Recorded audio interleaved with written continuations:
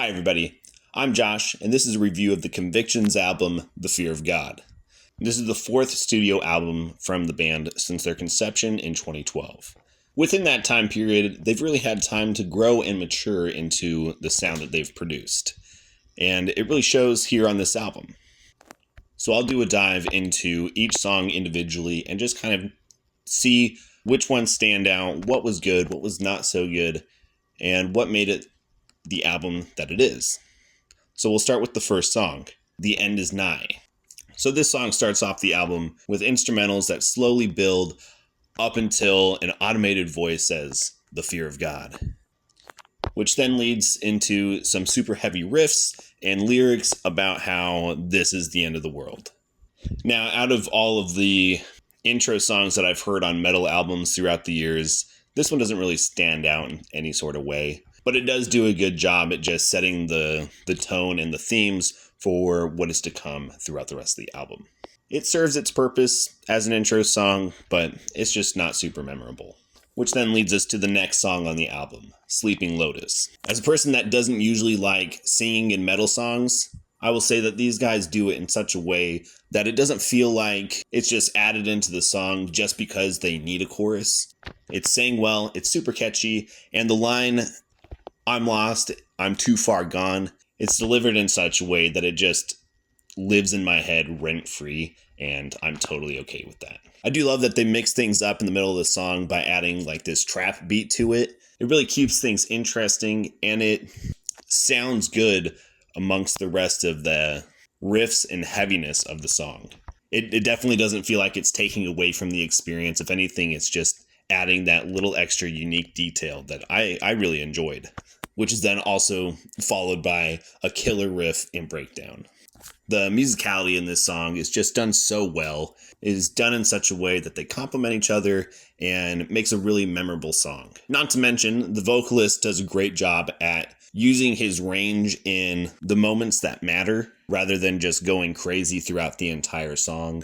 I grew up as a deathcore kid, so that craziness of vocals and just all over the place, I am all about that. And it not doing that in this song, honestly, it's really nice that it's not just all over the place. It all meshes really well, and there's a cohesion to the song that would be taken away if they were just like, I'm going to just make this the most insane vocals the entire time. So good job, guys, on making some memorable vocals. This is one of the songs that I really liked that was on the album. The next song on the track list is Four Horses. This is one of the shorter songs on the album, as it's only 2 minutes and 26 seconds. It definitely has a lot of things shifting and moving during its runtime, as the vocalist delivers very punchy and straight up nasty vocals screaming about how the end times are near, all the while being backed up by equally punchy riffs and chugs until they start slowing things down a little bit with these killer bends of the guitar strings,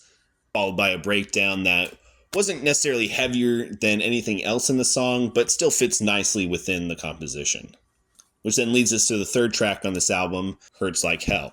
The heaviness of this song isn't quite so much the instrumentals that bring a brooding sense as it is the lyrical content that just really weighs heavy on you. As through the screams, you can feel the mourning and the lament of the vocalist as he screams about the loss of a father. And the instrumentation really does a great job at backing that up and enforcing that feeling of pain and sorrow through everything that it's doing, especially whenever they cut all of the instrumentation out and we're met with clean vocals and lyrics that'll just cut straight through you. The gravity of everything is felt most through the lyrics. You were there all my life, and now I'm living without. Now when I open my eyes, I can't trust myself. This is the part of the song that really started bringing tears to my eyes and made me just want to call to my dad and just tell him how much I loved him and that I'm thankful that he's still with me. The next song on this album is Buried in Thrones.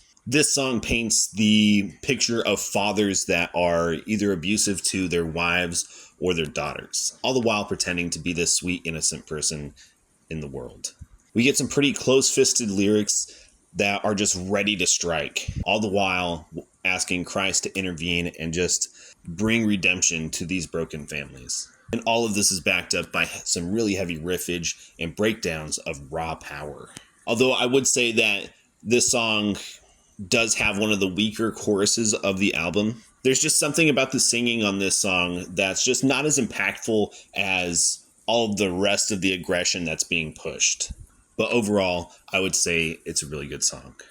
All right, so the next song on this album is Crucible. This is one of the more straight up heavy songs on the album, as there's no clean singing and it's just straight screaming, all about being in never ending battles of sin, but ultimately being made brand new by Christ. We're also met with some of the deeper growls of the vocalist and one of the heavier breakdowns on the album. This song just hits, and it's certainly one of those songs that are just going to get the boys pushing in the mosh pits. All right, our next song on the album is Waking Nightmare. Once again, we're hit with subject matter that just doesn't fail to make the heart hurt a little bit. Screaming about the women that have struggled with miscarriages and all the emotions that come with that. It's a topic that doesn't get sung about very often, and I like the way that these guys handle the topic. They really do a great job at capturing all the emotions that women face during those times, while also just backing it up with instrumentals that help push that with great effectiveness. You can feel the pain of the chugs in the verses, the cries of lament in the chorus, and the anger that can stem from frustration in the breakdown. The vocalist just really leans into his yells and screams and delivers them with such ferocity as everything builds up before the breakdown hits. And once it hits, you're not sitting still. And the last thing I'll mention is the sweeps of the guitars in the background. And it may not be at the forefront of everything like most guitar solos, but I still think it fits in really well with everything else that's going on around it. Ultimately, this is just a really great song, and these guys just do a great job. All right, so the next song on the album is The Coastal Glow. And here in this song, we're brought with the topics of depression, not feeling good enough in this world, and just an overall issue with self-identification. We're met with one of the catchier choruses that's just full of sadness. The song follows a lot of the same formulas as previous songs, but still does it in a way that keeps everything interesting and different, especially with all the riffs that just dance around in the background and the breakdowns that hit hard, if not harder, than any of the rest of the songs on the album. It's a great song, and I wish I had more things that I could say about it that would be different from everything else on the album. But I mean, there's just a lot of the same elements that just get done again and again and again, and I don't really want to say the same thing over again and again and again and again. So I'm going to condense some things down for the rest of the songs on the album just to help kind of save some time. All right.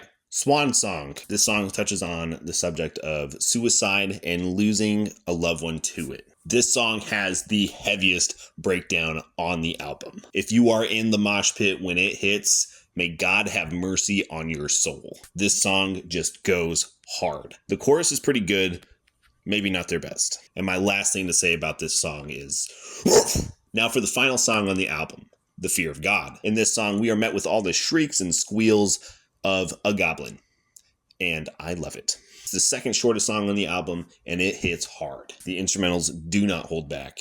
Although I will say, despite the heaviness of the song, I would say that it is one of the weaker tracks on the album. It just doesn't pack the same punch as some of the other songs.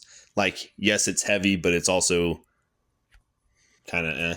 All right, to conclude everything, this is a great album. It touches on a magnitude of different topics.